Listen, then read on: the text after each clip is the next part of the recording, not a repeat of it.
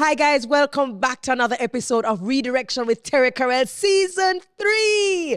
Did I tell you it's lit? Yeah, man, it's on fire. I swear, every interview, every interviewee, every guest just has everything locked. In case you're stumbling upon this podcast for the very first time, it is brought to you by MasterCard in association with Heineken 00 and Toyota Jamaica. As a proud Toyota ambassador, it is such a pleasure to have you guys watching. Now, let me tell you something. I appreciate all of the nuggets, the gems. I appreciate that every single week it seems to get better and better, and that you guys send me messages that says that this particular guest spoke to you or that their situation is something that you can relate to. I appreciate it. Redirectionpodcast.com is the website where you can catch up on all things Redirection with Terri-Karelle. And if there is somebody who you think is worth sitting in the redirection seat, someone who has a great story, please go ahead, send us an email, let us know who you think that person is. If you're sharing on social media, hashtag TK Redirection is the one that we use. And please don't be stingy, man. We appreciate the 4.9 rating that we have so far. Naturally, we want to carry it to 5. Subscribe and, of course, leave your reviews because that certainly helps our podcast to reach even more people. Our partners, as apart from MasterCard, Heineken, Toyota Jamaica, Brescia, Beauty Brands by MDS, in particular, Tree Hut, thank you so very much for being on board. Spaces, for creating such an amazing space. Commercial Concepts, my production partners, I truly appreciate you.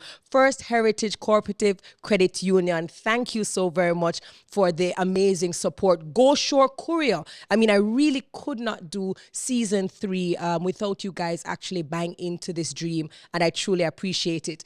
I'm so excited about the person who I'm going to have on this particular episode because he is just the epitome of never giving up, always pushing through, being able to look at persons who were negative Nancy's and naysayers and saying, you know what, watch me. Not only am I going to show up and show out, but I am going to over deliver and exceed your expectations. Who is coming up? Well, you're just gonna have to wait and see. Redirection with Terri-Karelle starts now.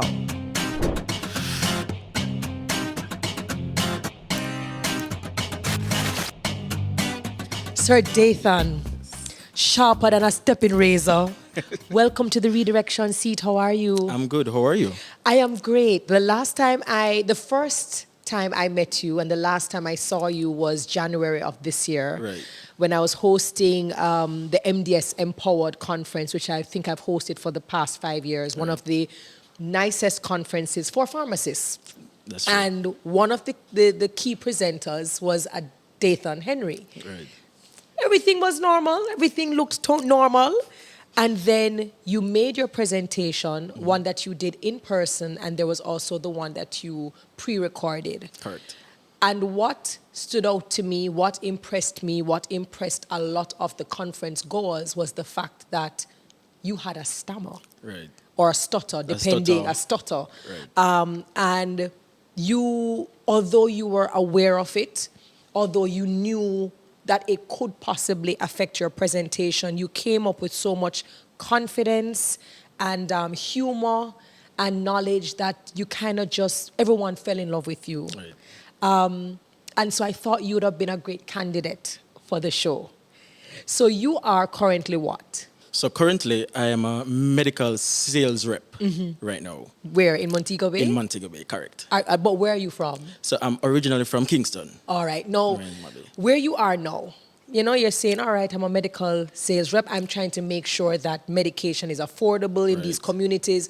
Is this where you saw yourself? Well, actually, I've always wanted to be a med rep from ever since. Really? Yeah, man. This has been my passion.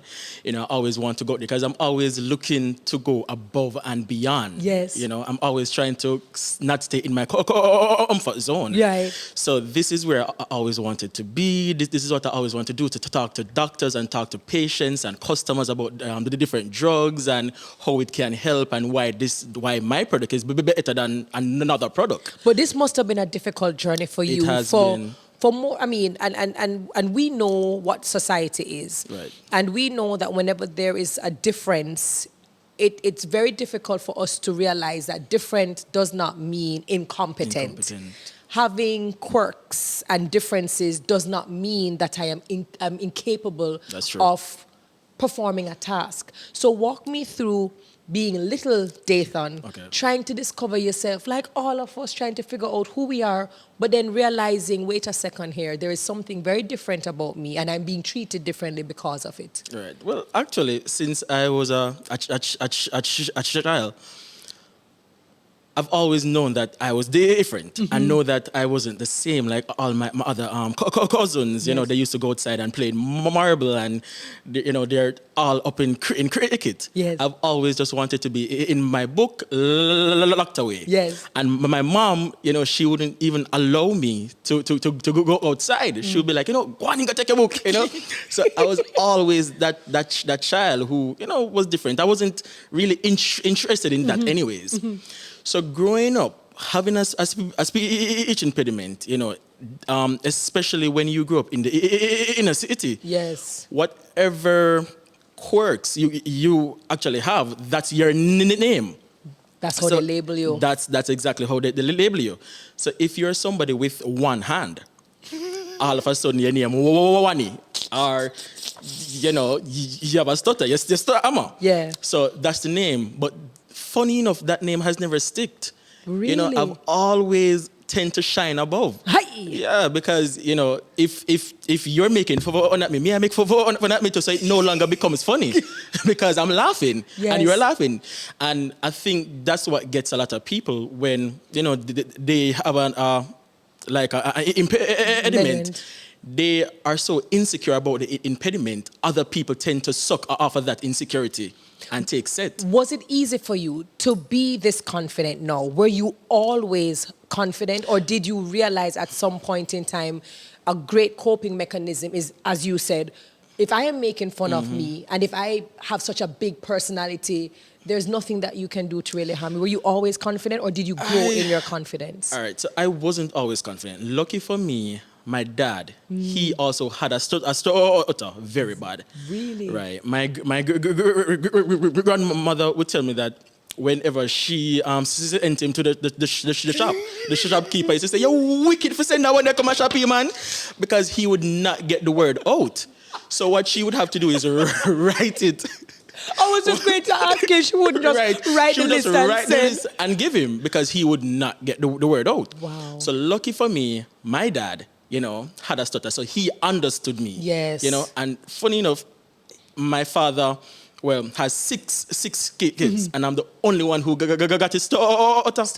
I'm the only one, and he gave me his full name, so I'm actually a junior as well. So it's like he knew that I was going to be some, you know, of him. But my dad was there, and I remember when I was younger, like about maybe 7, I was always very angry. Really? Why? Yeah, man. Because people would try to take set, and I did at that time. I didn't know how to channel, you know, all of this. You know, I'm different. I'm not the same like you, and I cannot help it. So when you cannot help an you know, an impediment, correct. The only way how I knew how to handle it was just to get angry. You know, and I would fight a lot, I would get in a lot of trouble.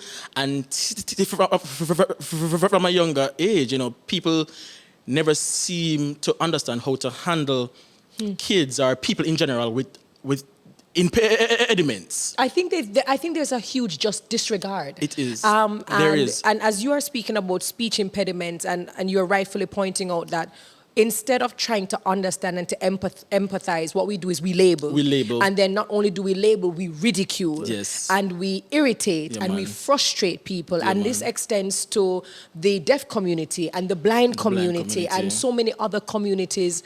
And instead of us saying, well, okay, let us try to help encourage. Right. Let us try to, you know, contribute to this person's personal development. It is so much easier to strip them of any little self-awareness that they have. And the thing is, what also makes it worse is that people who you would expect in these higher positions, who you would think would understand, they're the one that is actually bringing on extra pressure on you. Really? Explain to me what that is like. So, for example, me, because I'm a pharmacist. Yes. when I did my interview that first year, I applied for pharmacy school twice, actually. Really? Yeah, man. And when I did my first interview, even though I was fully qualified, like anyone else, you know, I was told because the job requires me to speak a lot. Yes, to engage, to explain. I would not be a good candidate to actually become a pharmacist. Under what grounds? Because I have a speech impediment. No. Remember that in this profession, you don't have to be at a counter telling people to take one tablet two times a day. There are many ways I can work. I can work in a drug house. I can be a manufacturer. Like there's many arms of pharmacy. So for somebody who you would think that is educated and know better, if I wasn't strong, I would have probably said, boy, then if this is not for me. This is not for me. If that person who is in the profession is looking at me with years of experience and telling, boy, I don't think you're a good fit, you know, I would have synced. So you decided to go back for the second time? I decided to go back because I decided that this me want to do and this me I do. Is it? Was it the same interviewer or is it that you got a different set of people? Like how? Thank God for me, I got a different interviewer. Yes. And she was so amazed. You know, she was like, boy, I'm so proud that, you know, somebody like you would you know, come to this interview and showcase because, listen, you see, when me spread my bed spread, you know. Come for the interview. And that is what I did. You know, I show up. Yes. You know, I'm not one to have people feel sorry for me. And I'm not going to feel sorry for myself either. I can tell. Yeah. And do you find that you've always had to work 10 times harder? Because this is also what I have found out. And I think after interviewing a couple members of the blind community who are just, they're exceptional. Like when I finish interviewing someone who is blind, you know, it made me feel like me not try. Yeah. And a lot of them make it very clear that the reason why they are the way they are and they're excellent and they're usually at the top of whatever it is they do, it's because they always have to work 10 times, 20 times as hard to prove to people. Definitely. Not that they're not here because of pity, but that they're here because of their competence and their capacity. So do you think that that is also, apart from you having the spirit and the character that, you know, I'm going to show you what I can do, do you think you've always had to work 10 times as hard? Definitely. I always have to prove myself to be, you know, to show you that, you know, I can do it. But in these past few years, you know, I don't think I should have to show you who I am. You're just going to see it. You know, you're just going to see based on my work and my efforts. I'm just going to show you. I'm just going to just prove it. How do you transition, or how did you transition to pharmacy? I know when I saw you present in January, you even made reference of loving languages. Yeah, definitely. And talk to me about even loving certain things, wanting to do certain things, but because of circumstances beyond your control, maybe it works out, maybe it doesn't. Talk to me about that and the transition to pharmacy. Right. So in high school, I fell in love with both French and Spanish. Yes. Those were probably the only two classes that I was never late. I was never late as time for French or Spanish. Yes. And the clock strike, I would have been gone. Yes. You know. But seeing that, you know, a lot of people were telling me that, you know, that's a lot of speaking, that job, because I wanted to be a translator. Hold on, at that time. So let me just get this straight. Right. Let me just get you. I know you're gonna laugh, you know, Dathan. Right. When you are trying to tell us, say, the people who are listening and the people who are watch, right, is that you, who stutter, wanted to be a translator. Definitely. In a Spanish. In a Spanish and French. French. In a French. And French. And in your head, you were like, this is doable. Yeah, man, because I know. Like, listen, I know what I am capable of. Yes. You know? And I don't need you to tell me what I'm capable of, because I can do it. All right. Right? So how did it fare out? You know, after I did French and Spanish, I remember in my French orals, you know, in CXC, you have an oral aspect. And you have written. You have a written aspect. And there was this word that is forced me to see the word. Never said that word there yet. I don't know how to pronounce it. And the invigilator, I mean, no, so she not for a line because I'm distracting based on my stutter. And I just distract her, go out with myself. And I doubt she even knew that I skipped over that word. So, I mean, having an impediment, you know, is not... No, No, man, the entire crew, by the way, if you guys can't see them because they're off camera, but the entire crew is in stitches. So you distract her. Right, I distract her. So having an impediment is not all bad. Once you know how to use it to your advantage. How did you fare off in the exam? Like, you got a good grade? Of course. A passport for instance with good grades. Of course. So then how come you didn't pursue it? So you didn't... So I didn't pursue it because, of the language aspect, yes. I knew that it was going to take out a lot. Like, that was going to take me out of my comfort zone. Yeah. Totally different. Yeah. So that's when I said, well, I want to be a doctor. I said, all right, maybe it's something else. Yes. And don't get me wrong, it wasn't because I was told I couldn't become a doctor why I didn't. It was because my head never so soft, kind of tough. So the med thing never did work out for me. So I'm saying, all right, pharmacy, and I started to research, and I heard about pharmacy school. Yes. And I started to do my research, and I was like, this is what I want to do. Really? When you said, all right, this is what I want to do, and maybe you would have shared it with friends, family, who knows, were people always encouraging? I mean, apart from dad, were people always encouraging, or was it one of those, you sure you want the pharmacy? Because we did say you want the translator thing, but no, you wanted the pharmacy. All the time. Really? Yeah, man, all the time. People Beautiful. would say, are you sure? Like, you're sure you can manage that? People like me, people expect us to, work in the back. Yes. Whether to do like hard labor, mechanical job. Like, nothing is wrong with those jobs. No, I understand, but that's what they put you. Like, they put you in that realm. Like, that is what you're good for. You just have to stay in the back. So talk to me about your experience now, because this is university, this is college. You're expected to work in groups, in teams. You have teachers. Talk to me about that experience and how did you maintain certain level of motivation? Because just speaking to the average person, college and university can be hard. It can be draining. What was your experience? I mean, for me, in college, everybody used to say, I am very enough, because I'm ups. I'm not going to stay in the back. Like, I'm not a back person. Yes. I'm a front page. You're not on the back burner. No, I'm not on the back burner at all. I'm a front page person. Yes. So even though, and I can imagine people would want to overlook me, but I wouldn't allow them to overlook me because I'm always there. Wow. Front and center, I'm always talking all my classes. Always talking. I'm never quiet. So whenever I'm there, the lecturers know that I am there. Yes. So I'm always. So I find that because I always have to show up and showcase myself, it kind of take me out of my comfort zone because I always have to be present. Yes. Talk to me about what you have learned about yourself. And it was something that you even spoke about at the conference. Things that you had to learn. You had to learn your strengths. You had to learn your weaknesses. You had to learn what areas you were to improve, what words you thought were softer, words that you should try to avoid, simply because I think that we might have listeners or viewers who are afraid because they have that stutter.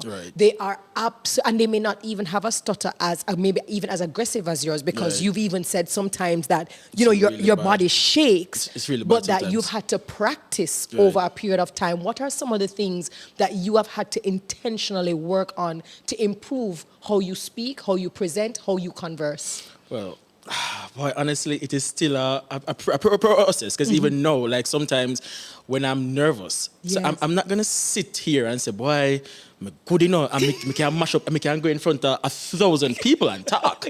I'm not going to sit here and act like, I am all, good in everything. It takes time.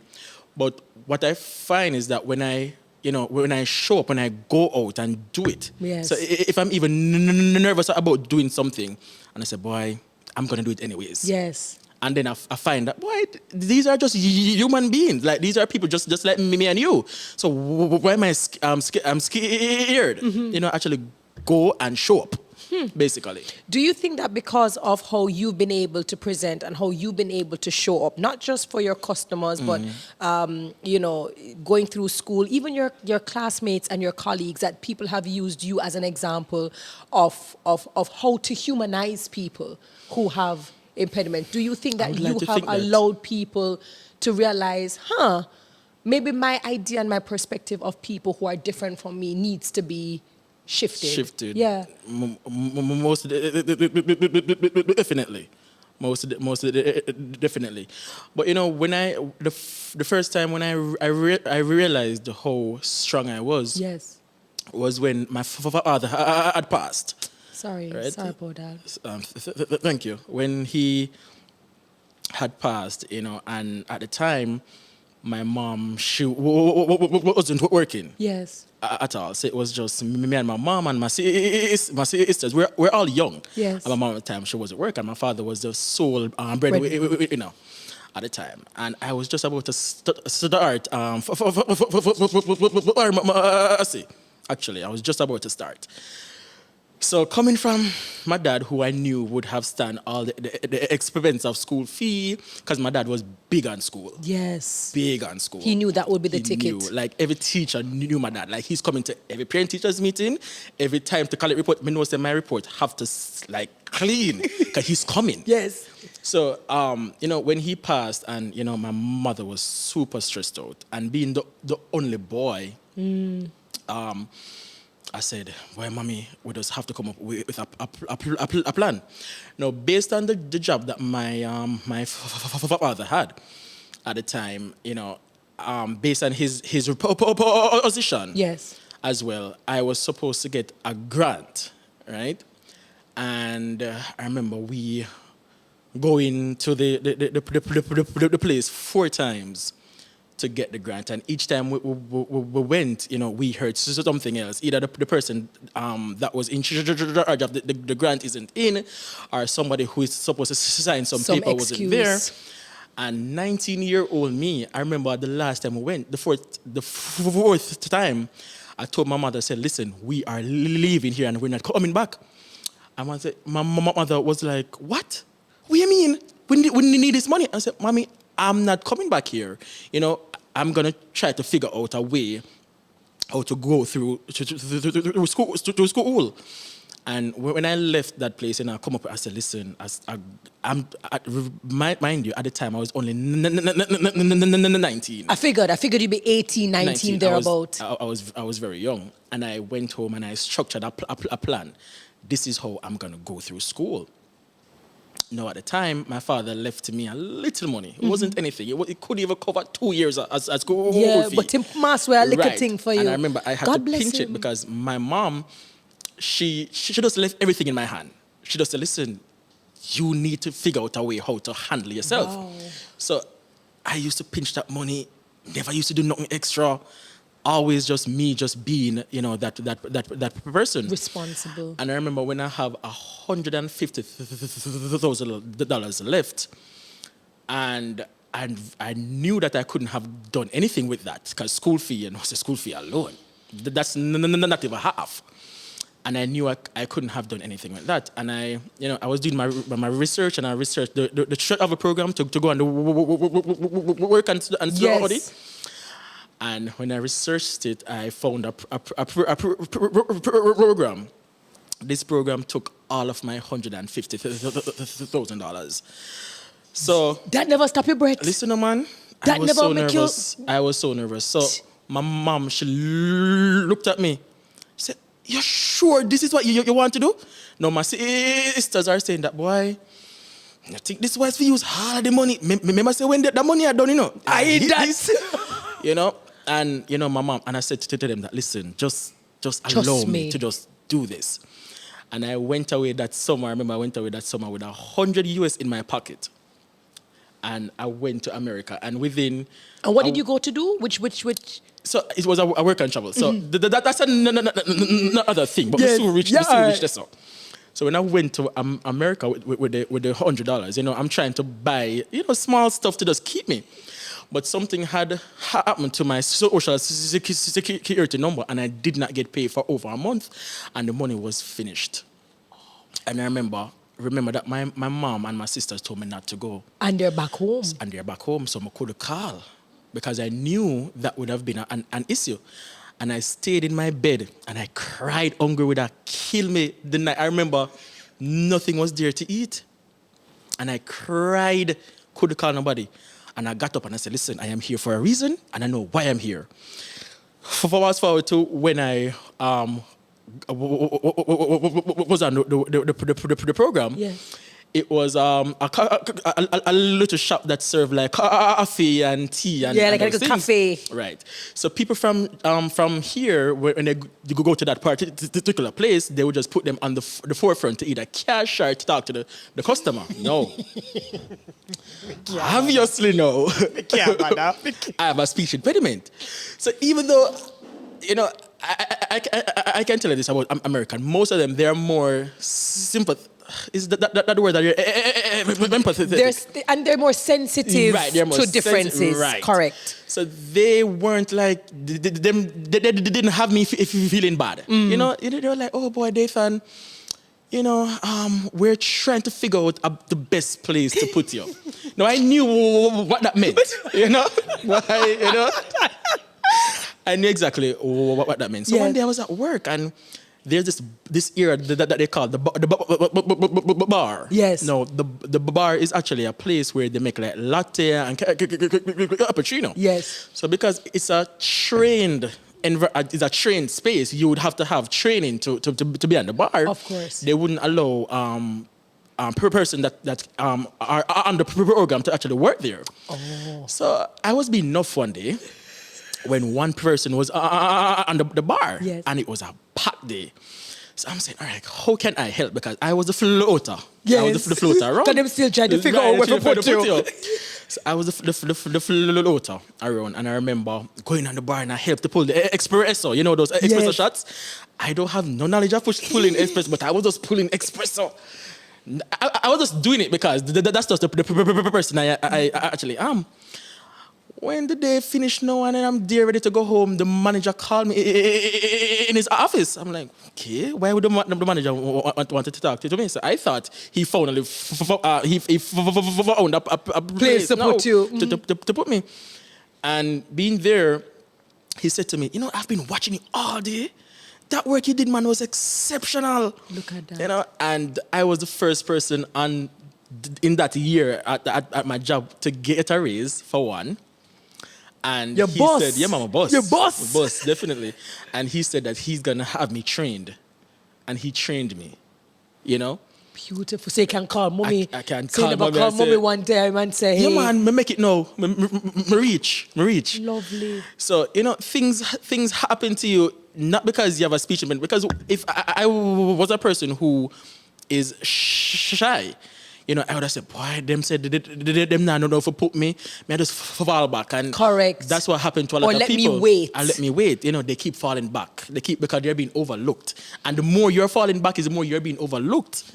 You know, so when you decide that, you know what, no matter what, you know, I'm going to put my best foot forward, you would see that life is a lot easier for you and better. So that risk, yeah, man. that is a walk by faith, yeah, man. not by sight. Not by sight. You took that risk, but it worked out in the end favor. where you basically became the breadwinner, or you Right. had to basically take care of mommy and the siblings. No, it is so good that my mother called me Mr. Henry. Like, she don't call me by my first name. Hey! You know? She put some respect on your name. on my name. That's beautiful. So you were practicing. Right. So you get through pharmacy school. Yeah, man, I did.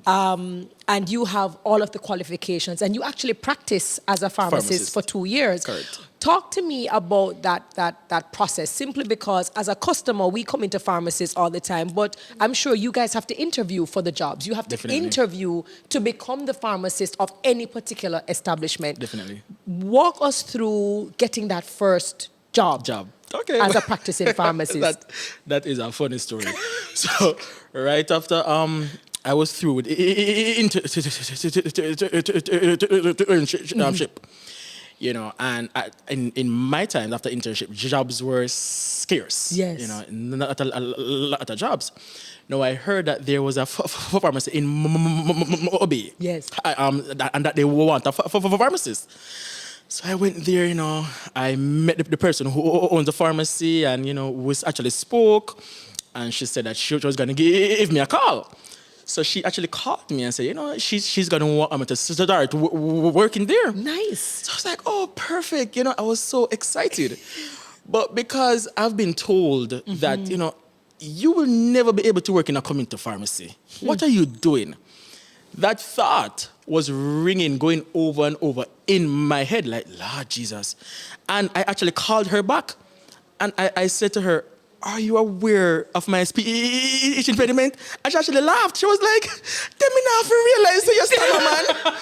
And, you know, I was so self-conscious. And, you know, I wasn't insecure, but I was very...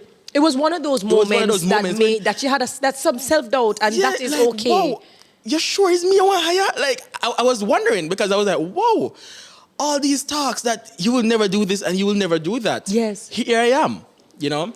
So that was me having my first job. I was very excited. Yes. No, and how was the... Yeah, go ahead, please. Yeah, man, no, having the job, that's a big issue. Yes. You know that these customers probably have never seen a pharmacist with a speech impediment. Because this is what I'm going to ask, you know, because you get the job, you've heard about community pharmacists, you've heard about that level of engagement and how frank a lot of the community members can be. Trust so yeah, me, tell me about your experience, like all your first day. I remember my first day. This lady came in the pharmacy, and I was talking, and it was a packed day at the pharmacy. She said, I'm trying to work as fast as possible, you know, trying to get the drugs out. Yes. And she asked me a question, and I answered. So she said, what are you? I was like, I have a speech impediment. She said, are we the stammer? I said, yes, ma'am. Yes, ma'am. Yes, ma'am. Like, whoa, the pharmacist stammer! It was a big excitement.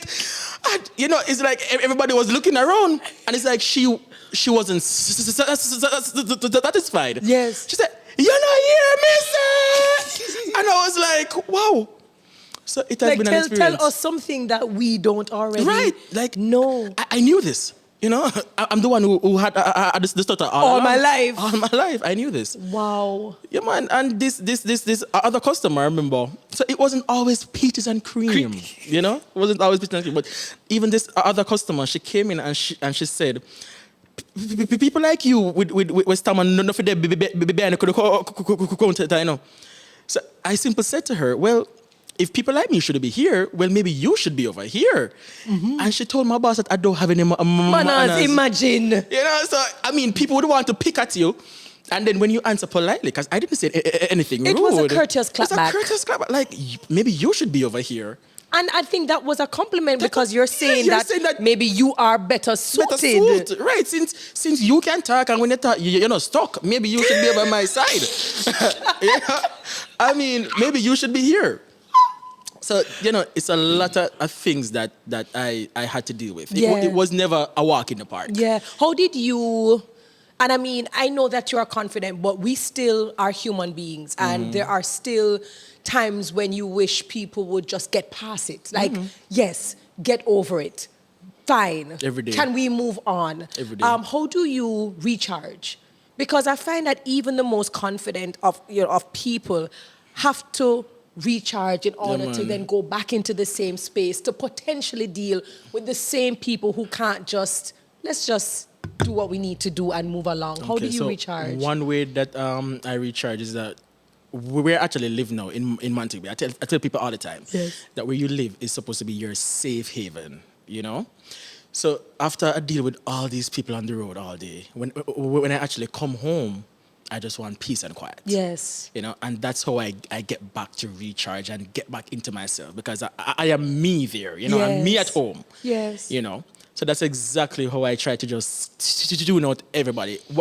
Whatever happens in the day, I just cross it out. Once it doesn't have any major effect on my life going forward, I just cross it out. You practiced as a pharmacist for 2 years. Correct. But then you are a medical sales rep. So I want to understand, what was it based on your observation, based on your lived experiences, maybe it's conversation, maybe it's exposure. Right. What made you say, all right, you know what? I want to try something else, still in the medical field, but this is what I want to zero in on. Right. So actually, being a med rep, while I was on internship, I always hear the med rep talking about, you know, they make more money.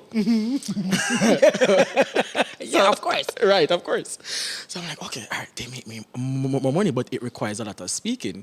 Yeah. So obviously, when I tell people that that's what I want to do, they're looking at me weird, like, even this one time when I was on internship again, and we were having a talk about what each of us want to do after internship. Yes. And when it was my turn, I said, I want to be a med rep.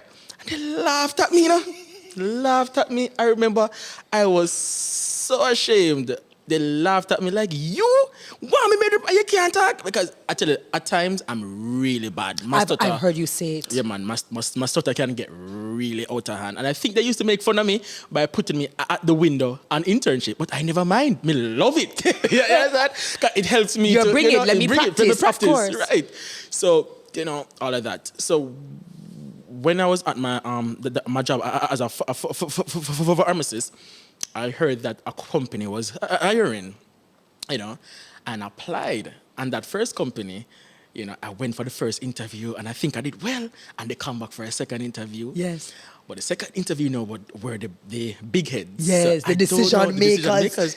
I don't know if I was probably nervous, but I was just stuttering non-stop. Like, Jesus, me not get this job, And they didn't call me back.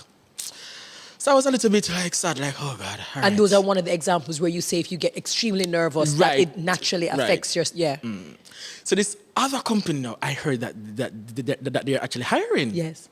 And I sent in my application and they called me for the interview. And I went in, this time I said, all right. You're ready for them? Ready, I suit up now, and I said, all right. And I remember I went in for the interview.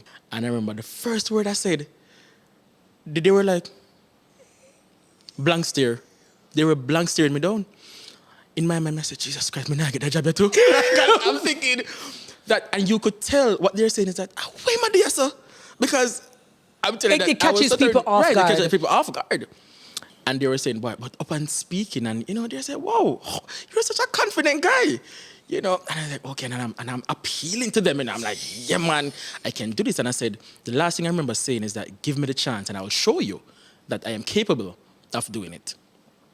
And I remember they actually called me 2 weeks later. I've been waiting for the call. Yes. And they called me and said that they want to speak to me again. I was like, what?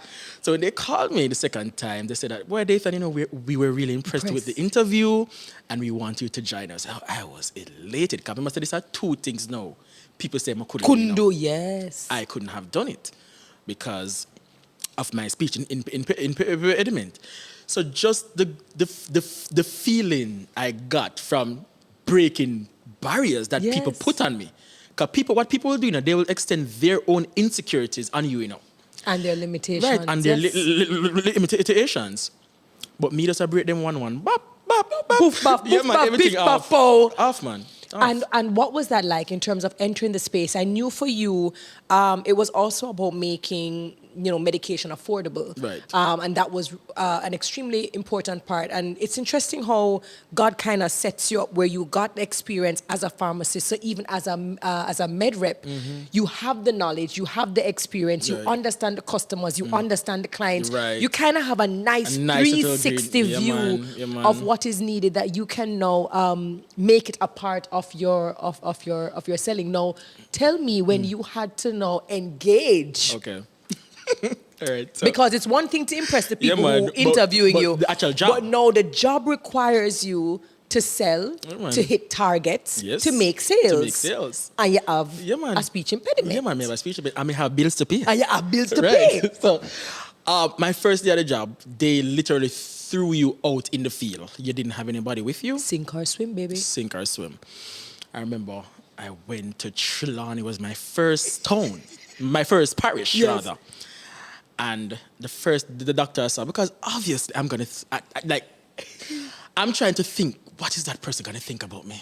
What is that person going to see? Especially doctors, you always heard about doctors being stern and rough and even med reps used to tell me that, boy, some doctors now no patient, them just somebody just come in and just leave and just quick. I mean, I said, boy, so you can't do quick. Oh, this is going to work. I mean, I was there and I remember the first doctor I saw, he was so calm and, he wasn't rushing me. But when I got up off that chair, you could see my entire shape. Yes. The way sweater washed me down because I was nervous. But after that first visit, I'm like, whoa, that wasn't bad. and that helped me to go into the doctors. Even so, a doctor saw me one time, and she was like, your company is a brilliant company, I said, well, why is that, doc? She said, when you're with me, I have to stop and listen every word you have to say. Yes. Because I don't want to miss it to tell you, what did you just say a while ago? Yes. But she said with the other reps, she was like, yeah, man, She's not. She was on autopilot. She's on autopilot. She's writing. She's doing whatever she's doing. But with me, she have to. She said she have to put on her pen because she have to make sure that she no one ask me where is it. So I mean, having an impediment, it's, it is not the norm. Yeah. But it's not all bad. I think what I appreciate about you, and I think it's what I picked up on, was the fact that not only were you comfortable in your own skin, nobody could tell you what you didn't already know, but you knew just how to blend humor with knowledge. And it was a charismatic package that you were able to put together, so much so that it isn't even persons who have speech impediments who can learn from you, but just anyone. Because public speaking is the number one fear that most people have. It's not drowning, it's not snakes, it's none of those things. It's actually getting up in front of people and being able to express themselves in a way that persons understand. And I think what you've been able to do could not have been easy, even though you make it seem easy. I know that there must have been some periods where people made you feel as if you had to be a shell of yourself or a diminished version of yourself because the world has no place or space for you. So I guess the next question I have for you is, where do you go to next? What does Mr. Henry, because if your mother call you Mr. Henry, me I go call you Mr. Henry, me can't call you Dathan. Mr. Henry, like, what are your dreams and aspirations since you have no problems dreaming big? Well, I know that my future plans. Yes. I want to be a speech pathologist. I want to help people like myself, not only to have them learn how to speak fluently, but also to show them that you can do this, and no matter what, you have it within you. It's just like doing an exam. We all get nervous, especially an exam that requires us to shade in the answer or a MCQ. But what we need to understand is that the answer is on the paper. It's just for us to find the answer.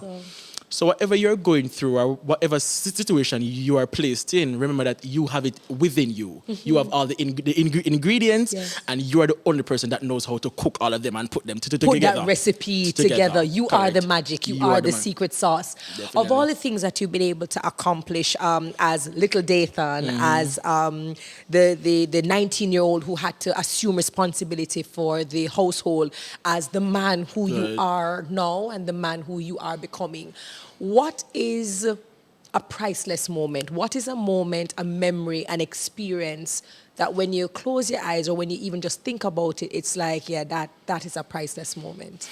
Well, I have a lot of them, but I remember when I was leaving school, leaving college, and I was walking across that stage. And I could see my mom, like, she was very proud.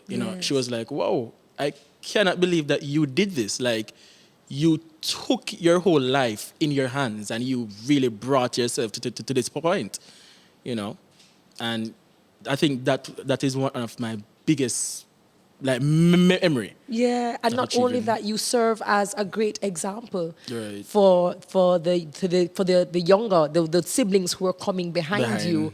Because if you can do it, certainly you would have motivated them and inspired them to do the same, to hold on, to push through no matter the circumstances. Shub out. Yeah, Shub out. Yeah, definitely. I think a great takeaway from from all this conversation is even, outside of your speech impediment, there is something about nuffness that offends people. Yeah, man. There is something about people who are not afraid to step in and create opportunities and to go outside of what they know and to try new things and to be curious. Persons are offended and intimidated and threatened by that. And so whenever I see people who are bold and who are secure in who they are, it's beautiful to see. Definitely. Because I think we need to have more people Who are like that. And if people choose to be offended, well, that is their business. Right. It is not your problem. And it's certainly not. But mine. it is one thing for them to be offended. But what they would try to do, they would try to humiliate you. Yes. They would try to to shame you publicly. You chat too much, or you go and say, to just put, because maybe they want to be like you and they really can't. They really can't. We understand the struggle, but you are right. And you are right. It has a lot to do with insecurity, and it has a lot to do with maturity. And I think what I have learned growing up, when you're young, you kind of assume that the older people get is the more mature they are. Definitely. All you realize is that depending on the intention that people choose to put in their world, to be better people and to serve people in a better way, you kind of realize that, you know what? Sometimes people are just older and they really just refuse to learn how to deal with people. Right. I just think it is a shame when people who are bright and brilliant and bold decide to diminish and to dim because of the humiliation. Right. An extension to that, the older I get, when we were small, we looked up to these adults, thinking that, they knew better and you would think that they would lead you in the right direction. Now, these older people, I find that they are hold-ons. I'm so sorry to say, and not all of them, but instead of them wanting to help you, or instead of them say, listen, I have done this that you're doing, I don't think that's the best way. Mentorship. This is how I did it, and it works. They would watch you go down in that path, and they would look at him and say, watch him now, him youngie, him this and him that, instead of telling me, like, listen, try this another way. I've asked why. I've actually asked persons who have been older. I've asked them, why is this? And they said, unfortunately, many of them believe that they've paid their dues.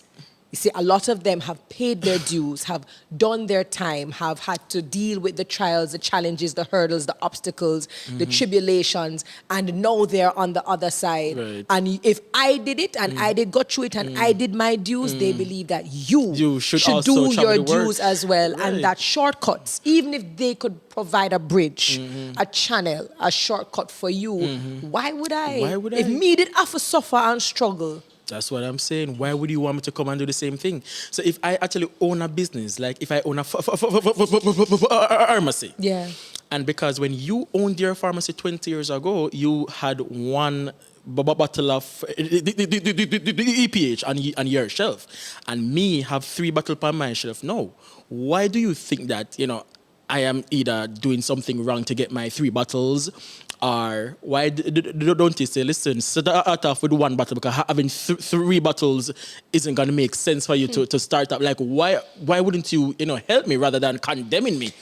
I think it's a scarcity mindset. Right. I think it is persons who feel threatened and who do not understand that there is enough pie for everyone, that there's enough space for everyone. Right. I don't think people actually understand that the more you give, the more you show, the more you teach, is the more you get. Right. It's the more you are blessed. And that by collaboration a lot of the times beats competition any single day. But that is a hard concept for a lot of people to not only accept, but to actually practice. That is true. You know what I mean? But I think you are absolutely impressive. And I think the way you've been able to kind of just brush off the doubters, the naysayers, the negative Nancy's, and to still prove to people the idea that you're saying that you are going to be a speech pathologist in itself is just an is just irony amplified. But I look forward to that. And when you do complete that, we're going to have a part 2 because I know you will still have even more stories. But before we go, I want to ask you, what is your definition of redirection? Okay, so I would define redirection is always believe in yourself. Always, if that's what you want to do it. If that's how you see fit to do it that way. If that doesn't work, try a different way, but never give up on yourself, because nobody have you like you have you. And as you said, you have all of the ingredients, and it's up to you to make sure to mix up those ingredients with the recipe. Put it right. And set it good. Right. Set it good. Correct. Mr. Henry, because your mother done set the thing. Mr. Henry, it was a pleasure seeing you present in January. It's even nicer to be able to have this conversation with you. I believe you are a shining light. I think people are going to want to hear your story. I think people are going to want to have you speak at events. I think people are going to want to have somebody like you interact with other people in different spaces, from children all the way up to professionals, because I think you have a lot to teach people. Right. And I think that people have a lot to learn. And something that you said that is very profound is that we assume that the people who are educated and who are professional know how to handle people who are different, but you realize that they can be some of the most insensitive. I thank you for taking the drive up from Montego Bay. Definitely. Thank you for coming in with the rain and everything. It was absolutely worth it, and it was a pleasure having you in the redirection seat. Thank you, my darling. Oh, my goodness. I enjoyed this conversation. I think season 3 is lit, okay? I think season 3 is on fire. If you enjoyed the conversation that we had with Mr. Dathan Henry, we got to put some respect on his name. Please give us the likes, give us the comments. Go ahead, rate us on Apple Podcasts or whatever preferred podcast you are listening to. Give us the reviews, and please don't be stingy. Go ahead, subscribe, so as soon as we upload a new episode of Redirection with TK, you are right there in the midst. Thank you for the support. Thank you for the encouragement. I absolutely appreciate it. And we will always endeavor to bring amazing guests like Dathan here on the show. So until next week, thank you for making it another episode of Redirection with Terri-Karelle.